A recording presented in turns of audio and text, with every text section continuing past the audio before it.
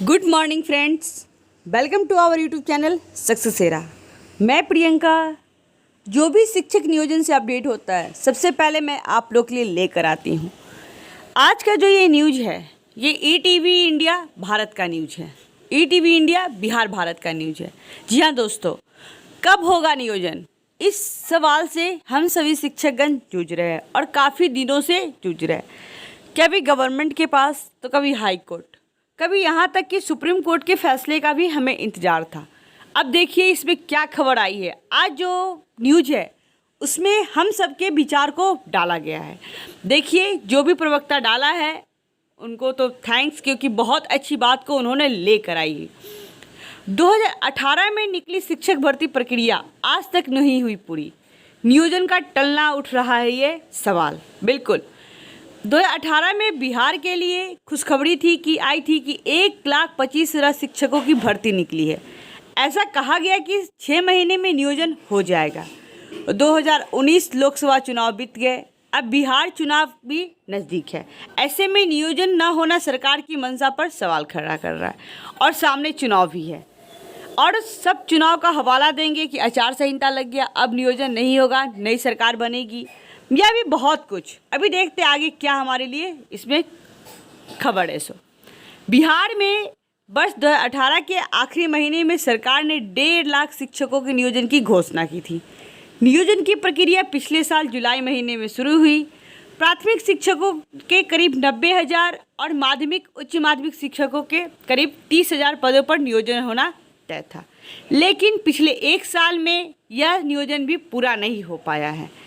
जुलाई से जुलाई एक साल हो चुका है। अब देखिए आगे क्या है। इस बाबत सरकार की मंशा पर गंभीर सवाल उठ रहे हैं। इसको लेकर पटना से ईटीवी संवाददाता भारत संवाददाता अमित वर्मा ने संघ के अध्यक्ष और पार्टी प्रवक्ताओं से खास बातचीत की। दरअसल 2018 में बड़े तामझाम के साथ बिहार के शिक्षा विभाग ने करीब 1,25,000 शिक्षकों के नियोजन का ऐलान किया था। साथ ही यह भी कहा गया था कि 6 महीने के अंदर नियोजन का काम पूरा हो जाएगा, लेकिन 6 महीने तो क्या, एक साल से ज़्यादा वक्त बीत चुका है। अब छठे चरण का नियोजन उधर में है, अधर में है। इसमें देखते हैं आगे क्या न्यूज़ है। मैं बता रही हूँ आपको, ठीक है। नियोजन का बदला शेड्यूल। कोरोना वायरस संक्रमण के बाद लॉकडाउन की वजह से नियोजन के शेड्यूल बढ़ते बढ़ते अब अगस्त चला गया। कभी हाई कोर्ट का आदेश, कभी सरकार के आदेश और कभी अन्य परिस्थितियाँ नियोजन के शेड्यूल को प्रभावित करती रही। शिक्षकों का कहना है कि सारा दोष सरकार का है। सरकार की मंशा साफ नहीं है। सरकार ने सिर्फ झुंझुन्ना दिखाकर वोट की राजनीति कर रही है। उन्हें नियोजन करना ही नहीं है और सिर्फ इसी पर वो लंबा खींच रहे हैं। मैं बता रही हूँ कब खत्म होगा शिक्षकों का इंतजार। विपक्ष के नेता भी सरकार पर सीधा आरोप मढ़ रहे हैं। राजद के प्रदेश प्रवक्ता मृत्युंजय तिवारी ने कहा कि शिक्षकों के 1.5 लाख पद स्कूल में खाली पड़े हैं। लंबे समय से शिक्षकों की बहाली का इंतजार है। उसके बाद देखिए मृत्युंजय तिवारी प्रवक्ता जो आरजेडी के, उन्होंने क्या कहा। सिर्फ शिक्षक और विपक्षी नहीं बल्कि सरकार में शामिल बीजेपी के नेता भी विभाग शिक्षा विभाग को जिम्मेदार मान रहा है। बीजेपी नेता नवल किशोर यादव ने कहा कि 1.5 साल क्या, अगर दबाव न पड़े तो यह 150 साल भी तक नियोजन का काम पूरा नहीं कर पाएंगे। उन्होंने कहा कि बिहार के शिक्षा विभाग ने कभी स्कूल को गंभीरता से लिया ही नहीं। यहाँ शिक्षकों और शिक्षा की बजाय बाकी सारा काम पर ध्यान सरकार का रहता है। अब आगे देखिए क्या है। नवल किशोर यादव प्रवक्ता बीजेपी, इसमें बहुत सारे क्वेश्चन किए गए हैं। क्यों प्रभावित हुआ हमारा नियोजन। सबसे पहले पहला है पॉइंट, 10 साल में स्टेट परीक्षा का आयोजित नहीं होना।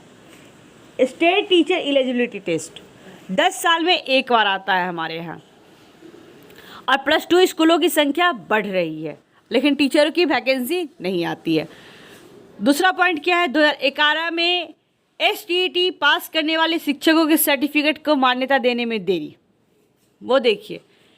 थर्ड पॉइंट क्या है, NIOS से DLED करने वाले शिक्षकों की डिग्री को अमान्य करार देना। सरकार खुद कोर्स करवाती है, कोई भी कोर्स सेंट्रल का हो, जब तक स्टेट अप्रूवल नहीं देता उस स्टेट में वो कोर्स नहीं होती है। और शिक्षा हमारा संवर्ती सूची में आता है, इसलिए स्टेट इस पर डिसीजन ले सकती है। पहले यहाँ के लोग कोर्स करवाती है, फिर उसे कोर्ट कचहरी का रास्ता दिखाती है, फिर उस कोर्स को मान्य करती है, उसमें टाइम लगा। उसके बाद फोर्थ पॉइंट पे देखिए, माध्यमिक और प्राथमिक और मध्य शिक्षकों के बीच नियोजन में डीएलएड और बीएड को लेकर सरकार की स्थिति स्पष्ट नहीं। इतने दिनों से सरकार नियोजित करते आ रही है शिक्षकों को। ये फर्स्ट टाइम नहीं है कि गवर्नमेंट स्कूल में टीचर को बहाल करने के लिए सरकार को नियोजन करना पड़ रहा है। और अब भी उनकी स्थिति स्पष्ट नहीं है कि डीएलएड और बीएड को किस पोस्ट पे उनको अप्रूव करना है, क्या करना है। ये हमारी सरकार इस चीज़ का कारण दे रही है। और ऐसा क्यों कर रही है सरकार, सब लोग बहुत अच्छे तरीके से अवगत है। उसके बाद देखिए, ऑनलाइन और केंद्रीकृत व्यवस्था के तहत नियोजन की बजाय अलग अलग पंचायत में अभ्यर्थियों को आवेदन करने के लिए मजबूर करना। कहीं कहीं बीआरसी काउंटर बनाए गए थे ब्लॉक में कि पंचायत का फॉर्म ले लिया जाए। किस जगह कितने आवेदन पड़े, किस जगह कितनी सीटें, और ये सीट भी क्लियर नहीं था हर जगह पे, जबकि वैकेंसी 2019 तक की निकालनी थी, जो कि 2012 का ही वैकेंसी क्लियर था अभी तक जो आया था। सीट नहीं होने के कारण अभ्यर्थियाँ इस जिले से उस जिले, उस ब्लॉक से उस ब्लॉक से क्या अलग अलग पंचायत में जाकर फॉर्म जमा किए हैं, क्योंकि उन्हें भय था एक सीट है, क्योंकि यहाँ पे मार्क्स ज़्यादा होंगे तो किसी और का और होगा और मेरा नहीं होगा। अब देखते हैं मुख्य तथ्य क्या है। नियोजन के तहत जब भी शिक्षकों की बहाली हुई, हर बार इसमें बड़े पैमाने पर घोटाला हुआ है। ये तो बिहार है और बिहार में इस चीज़ से हम लोग बच नहीं सकते हैं। फर्जी शिक्षकों के नियोजन की जांच अब निगरानी अभी तक चल रही है, जो कि पूरी नहीं हो पाई है। इसके बाद सवाल उठ रहे थे कि सरकार को ऑनलाइन आवेदन लेकर केंद्रीकृत व्यवस्था के तहत नियोजन का काम करना चाहिए, लेकिन फिर भी सरकार ने पुरानी व्यवस्था के तहत नियोजन का फैसला लिया, जो कहीं से भी उचित नहीं था। उसके बाद क्या है, सूत्रों के मुताबिक सिर्फ वोट बैंक की राजनीति करने के कारण और चुनाव सामने होने के कारण सरकार ने पुरानी व्यवस्था पर नियोजन किया। चलिए, ये भी शुरू किया तो कम से कम शुरू तो किया। इसमें कई साल लगना तय है। इस व्यवस्था में पंचायत स्तर पर नियोजन होता है और उसमें जमकर फर्जीवार होता है। वही नियोजन में कई साल लग जाते हैं। विभाग के सूत्रों के मुताबिक सरकार को यह मालूम है कि अगर कितने शिक्षक को नियोजन हुआ है तो हर साल उनके वेतन में मद में कई हजार करोड़ रुपए खर्च करने पड़ेंगे। और यही वजह है कि सरकार इसे लगातार टाल रही है।